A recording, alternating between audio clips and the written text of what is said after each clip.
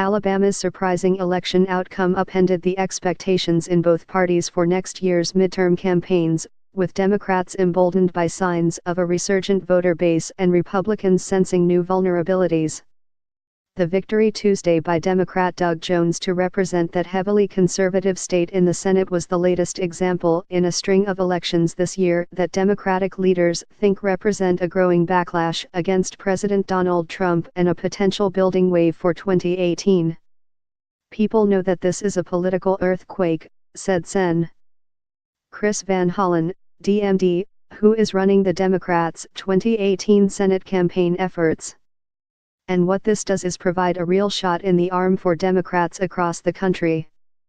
From elections last month in suburban communities outside New York City and Philadelphia and the battleground of Virginia to Tuesday's stunner in Alabama, Democratic candidates exceeded the party's past performance among key voting groups. Black voters, for instance, turned out as a slightly greater share of the electorate Tuesday for Jones, who is white, than they did in 2008 and 2012 to elect Barack Obama.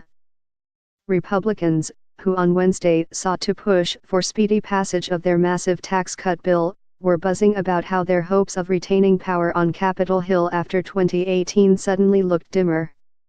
"No Republican should feel safe about anything," Sen. Lindsey Graham, RSC, said Wednesday. "Our party is in turmoil. In several cases, the Democratic victories have been driven by a potent combination of motivated base voters and wavering moderates who have been wooed by Democratic candidates seizing the political middle ground, in both style and substance. Democrats have a chance to occupy the center of the electorate in no small part because Republicans have vacated the center in such a dramatic way," said Jeff Garin, a Democratic pollster who helped Democrat Ralph Northam win the Virginia governorship in November. "The fuel for the emerging Democratic confidence is the rejection of Trump, his disruptive nature and the Republican policy proposals that have been coming out of Congress," political analysts say. Alabamians turned out to vote December 12, 2017, in the special election for the Senate seat vacated by Attorney General Jeff Sessions. Democrat Doug Jones beat Republican Roy Moore in a stunning victory. In past years, low presidential approval, Trump stands at a historically low 37% in polling averages, predicts major losses for his party in the midterm elections. In some polls, a majority of the country disapproves of the Republican tax plan working its way through Congress, compared to about 1 in 4 who support it.